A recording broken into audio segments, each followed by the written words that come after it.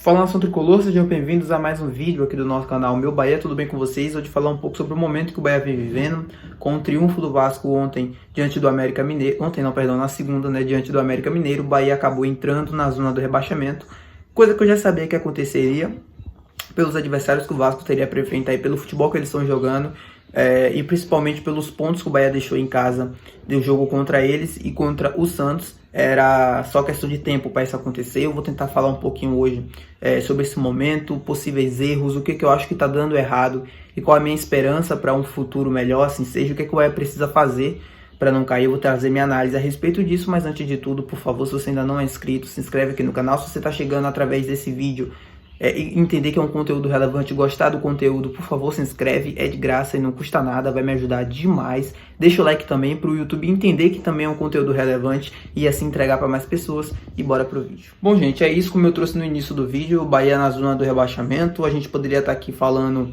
de diversas coisas que a gente sempre fala aqui, né, para chover no molhado, mas eu acho que o problema do Bahia encontrar nessa situação, ela é muito maior do que apenas a falta de um centroavante, a falta de um treinador na época de Paiva. Eu sempre falei que o problema era muito mais complexo, né, e que as pessoas às vezes procuravam soluções simples para problemas que são gigantes. O ano do Bahia se resulta em diversos erros e sucessivos erros. Não foi um, não foi dois, não foi três, foram vários, que foram cometidos ao longo da temporada e também no planejamento dela, ainda no ano passado, que nos resultam em estar nessa situação.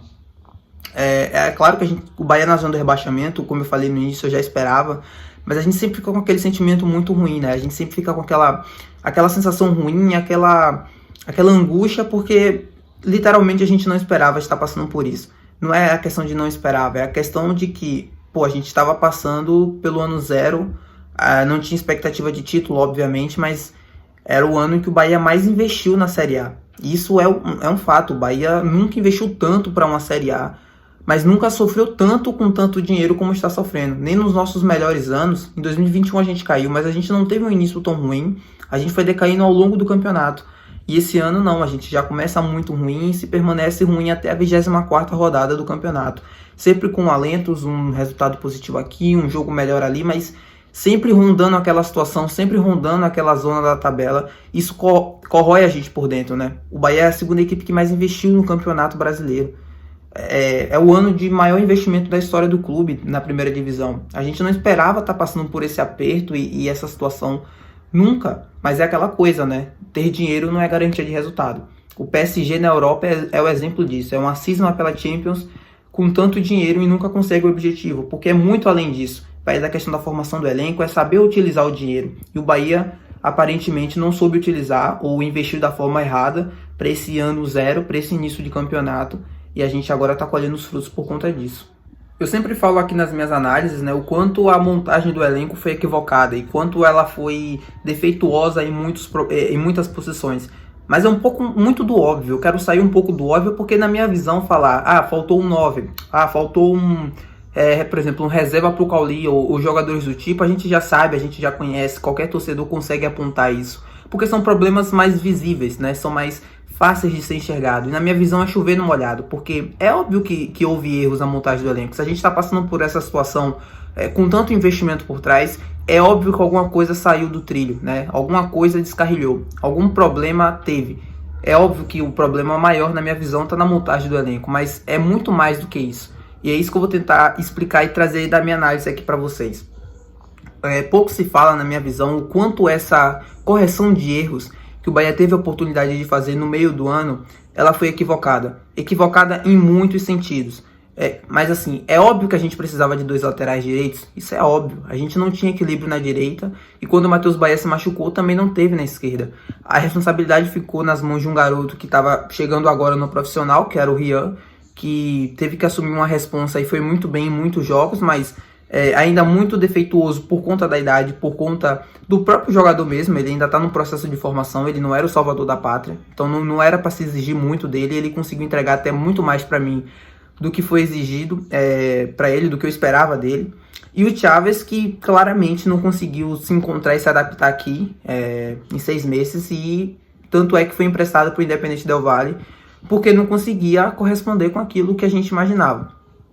É óbvio que a gente precisava de equilíbrio nas laterais. Mas eu acho que era muito mais urgente a contratação de um 9, isso a gente já debateu aqui diversas vezes, mas principalmente na reposição de peças para o banco de reservas com jogadores com mesmas características dos titulares.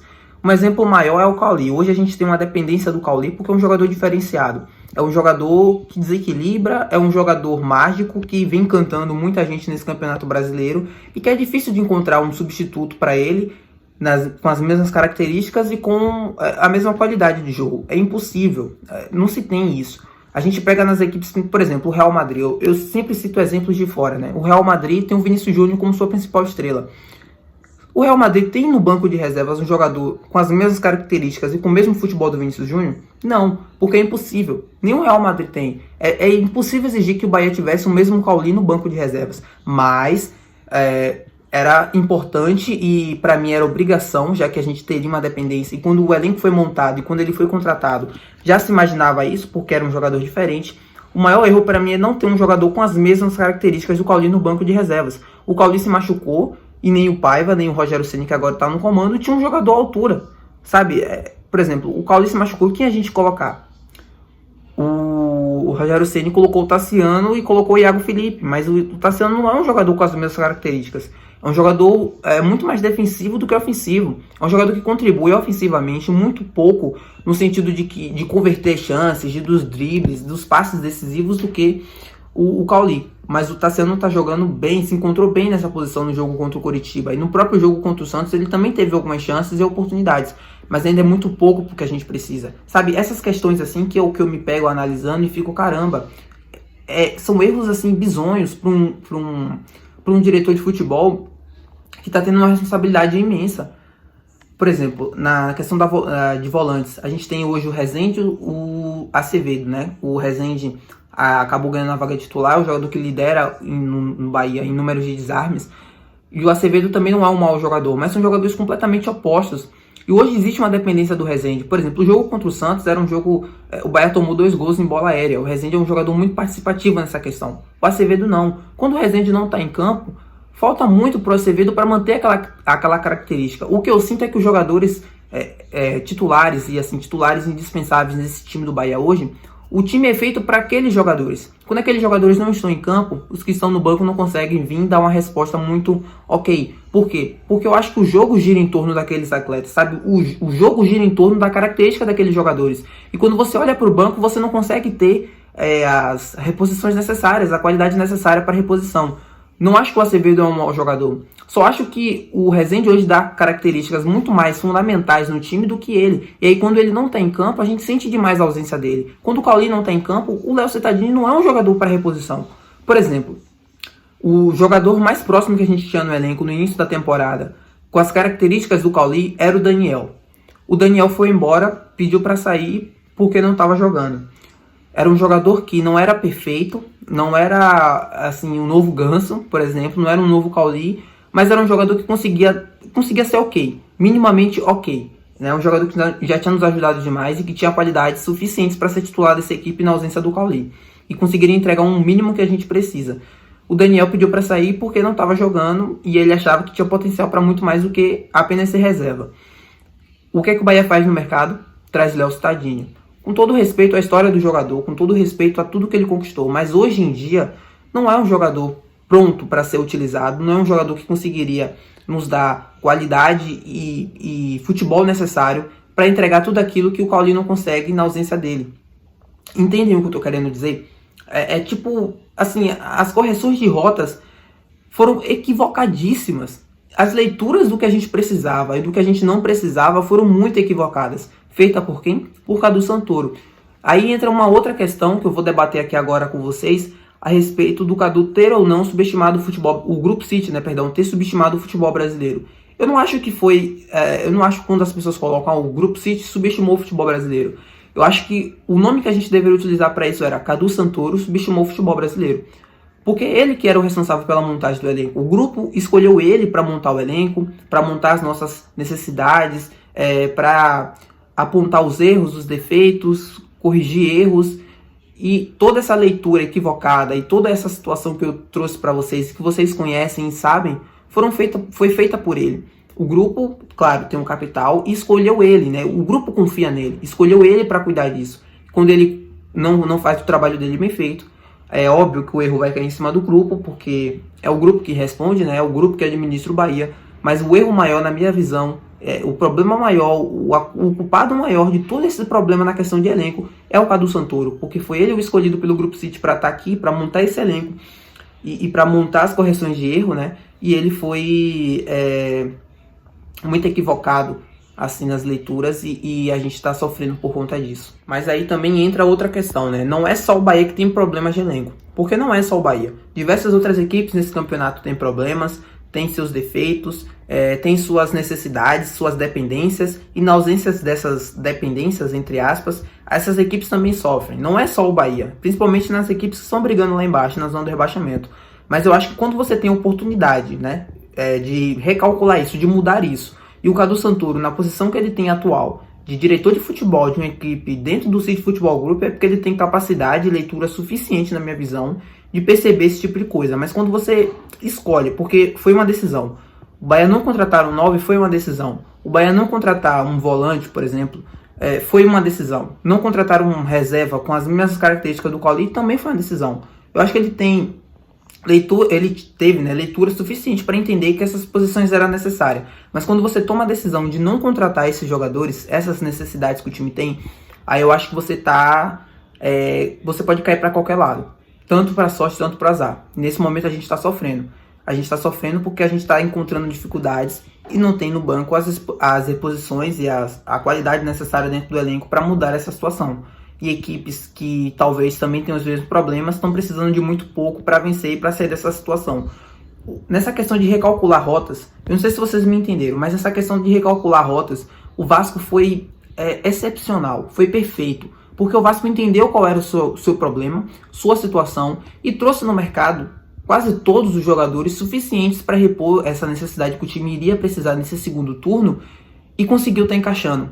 É um pouco muito de sorte? Não prefiro colocar assim, não acho que é apenas sorte. O Vasco hoje joga um futebol totalmente diferente do que foi e do que o fez estar nessa situação.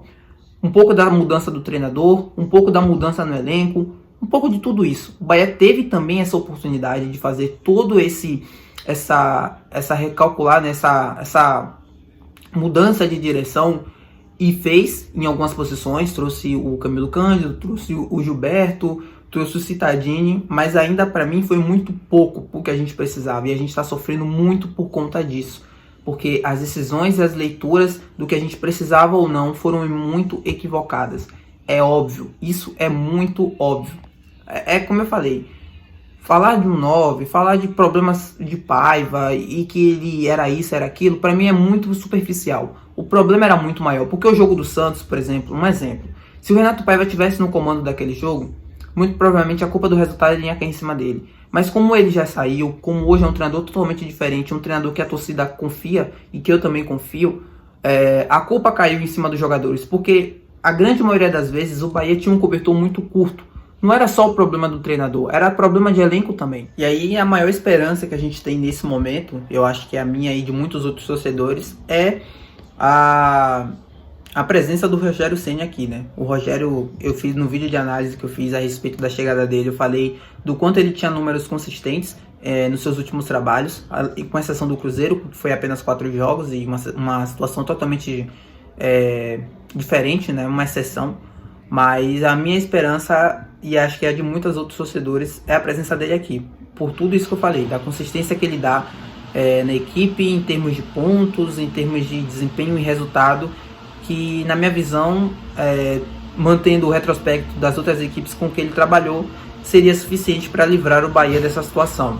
É óbvio que ele não é o salvador da pátria, o jogo contra o Santos mostrou muito bem isso, o Bahia fez um jogo muito abaixo do que se esperava, acho que muito por conta do Santos, né? Por conta da qualidade do jogo que o Santos fez. Mas acho que ficou muito mais evidenciada a situação dos 2 gols infantis que a equipe tomou, que não se pode tomar. Vencendo por 1-0, não jogando tão bem, era o suficiente, era o necessário, era o que a gente precisava. E o resultado escapou nas mãos. Mas enfim, acho que... E outra questão também, né? A maior esperança que a gente tem não foi feito por um movimento do clube. A gente precisou que o Renato Paiva pedisse para sair, para que o treinador fosse trocado. Por mais que eu acreditava que o problema maior não era somente ele, claro que ele tinha suas culpas, não vou ficar aqui defendendo ele, não é nada disso. Ele tem suas culpas sim, ele tem sua responsabilidade no cartório, mas para mim não era o principal. Era uma combinação de fatores que fazia com que o time não jogasse bem e não conseguisse os pontos necessários. Mas era um treinador que, na minha visão, já estava com a situação já assim, precisava sair, precisava de uma mudança, precisava de alguma coisa. E o Bahia segurou, optou pelo movimento de não demitir, esperou com que o treinador pedisse para sair. Então a esperança do Rogério Ceni é que ele venha e consiga trazer os números consistentes que ele fez em outros trabalhos aqui no Bahia, com todos esses problemas de elenco e problemas que a gente tem, porque o elenco é esse aí. Não existe mais correção de rotas, não existe mais trazer um camisa 9, não existe mais trazer um reserva do Cauli, não existe mais nada. O elenco que tá aí é esse. Apontar erros de informação e problemas, como eu disse no início do vídeo, superficiais, para mim é chover no molhado, porque todo mundo já tá cansado de saber quais são os problemas do Bahia.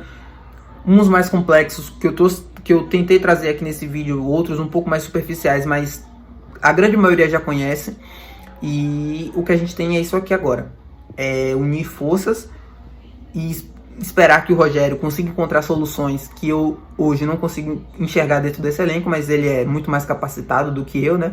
Ganha para isso, que ele consiga entender e enxergar soluções muito maiores para esse time poder dar uma resposta e poder sair dessa situação. O Bahia vai jogar contra o Flamengo já na zona do rebaixamento, muito provavelmente precisando de um triunfo para sair disso. E vamos ver. Não estou nem um pouco confiante, assim, uma confiança absurda de que a gente vai chegar lá e vai ganhar o jogo, mas eu preciso acreditar como torcedor que isso possa acontecer. O empate, em termos de equipe, de adversário, não seria um mau resultado, mas pela nossa situação, 3 pontos vira quase uma obrigação. Mas é óbvio, né? Eu acho que os jogadores não vão encarar dessa forma, porque não foi feito assim quase toda a temporada, principalmente em jogos grandes. Eu acho que a derrota e se contentar com pouco foi normalizado ao longo dessa temporada, principalmente pelo Renato Paiva, que acreditava que por ser o ano zero a gente não podia cobrar e exigir muito, mas o resultado tá, assim, a conta tá chegando. A gente está na 24ª rodada, vai para a 25ª dentro da zona do rebaixamento, faltando 14, 13 jogos para o fim do campeonato. Então é entender, assim, entender rápido o que está acontecendo, a situação que a gente está, e tentar encontrar forças e soluções para sair dela. É isso. Se você gostou do vídeo, se inscreve aqui no canal, deixa seu like, não se esquece, por favor, é muito importante para mim mesmo. Se você assistiu até aqui o final, comenta aqui embaixo o que você acha que está faltando, análise de vocês a respeito desse momento do Bahia. Eu quero saber e quero ouvir de vocês também, se está um pouco alinhado com o que eu penso. Se você pensa diferente também, tudo certo, tudo bem, deixa aqui nos comentários, não tem problema algum. Se inscreve no canal, compartilha o vídeo para amigos, para familiares, enfim, para que o canal possa crescer muito mais aqui na Nação Tricolor, possa chegar para muito mais tricolores e que a gente possa criar um debate aqui no chat. É isso, até o próximo vídeo.